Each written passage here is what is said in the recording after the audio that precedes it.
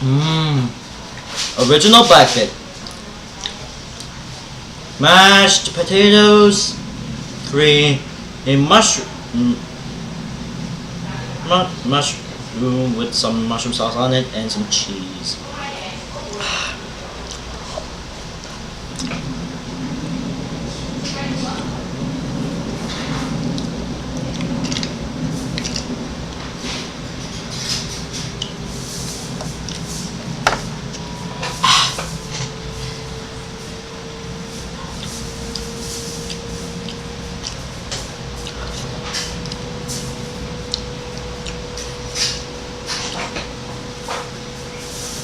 So, Spider-Man Homecoming. Spider-Man Homecoming is pretty yummy. Pretty good. Yes, this is a pretty good movie. So, let's explain what I think about Spider-Man Homecoming. So, yeah, we got three Spider-Mans. Three Spider-Man trilogies. And we got, this is the third one. Tom playing as taking the role of Peter Parker, aka Spark. So, aside from seeing him as a child in Iron Man 2 and seeing him having a mostly some of the scenes being in Captain America: Civil War, why not he has appeared in his own movies?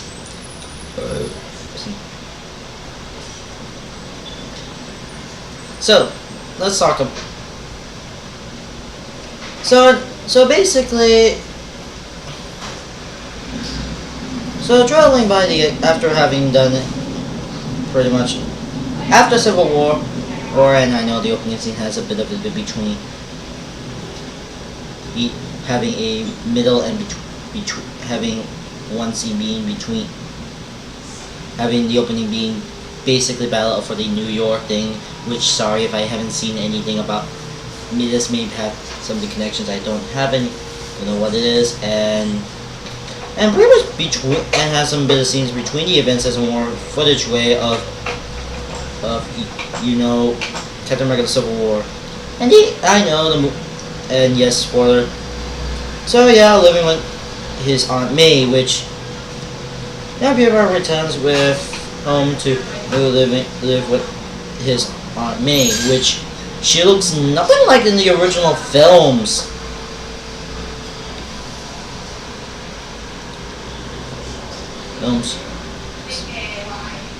She looks more younger in this film, and I think that's the reason why it's kind of weird how they made her look more younger than most others as an old lady. It's like having a character that looks supposed to look like a more kind of character who feel awesome, mainly downgrade, make him look more of an average shooter.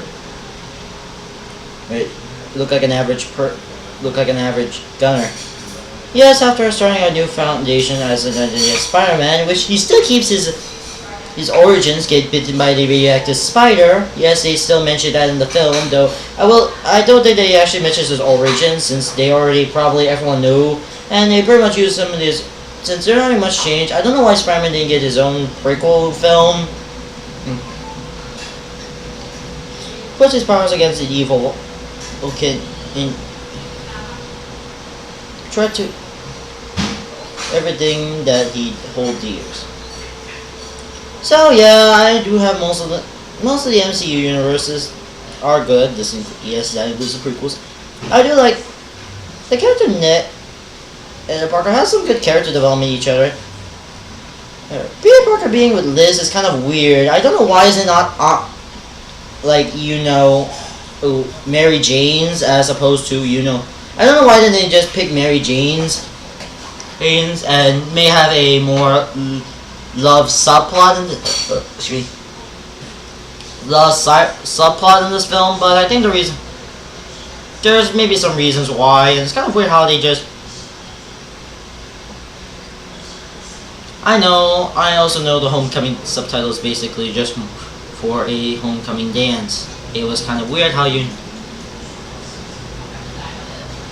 name after ISO having this name being Oh, and if you're wondering what the word homecoming was for, mostly throughout the entire film, is basically some traditional welcome back to former students and celebrating. It's a tradition in many high schools and colleges in the US, is Canada, and the Philippines.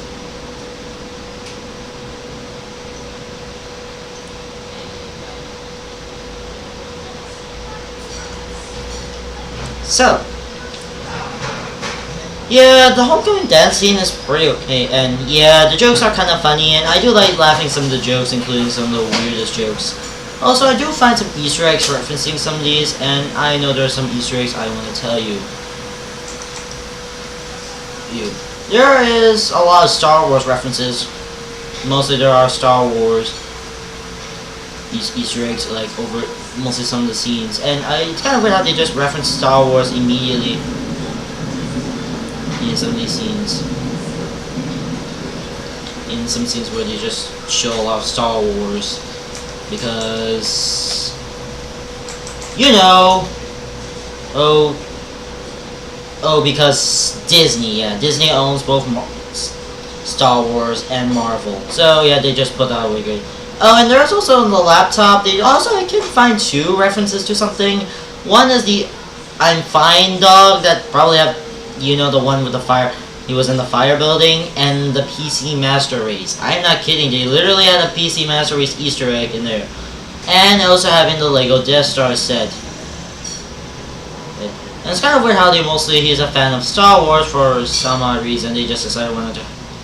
Also, yes, they even have the Lego Death Star in this movie. It's kind of weird how they just decided wanted to put a whole Spider-Man.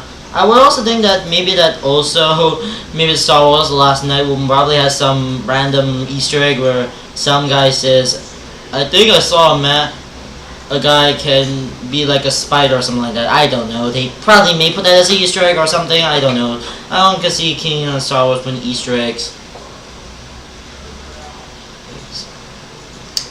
And overall, this film was pretty amazing, and yes, I do recommend checking out Spider-Man Homecoming for good, and I give this film a perfect 10 out of 10. 9 out of 10, and my approval rating. Alright. Anyways guys, thank you guys for watching, don't forget to subscribe to my channel, and I'll see you guys next time, goodbye. Bye!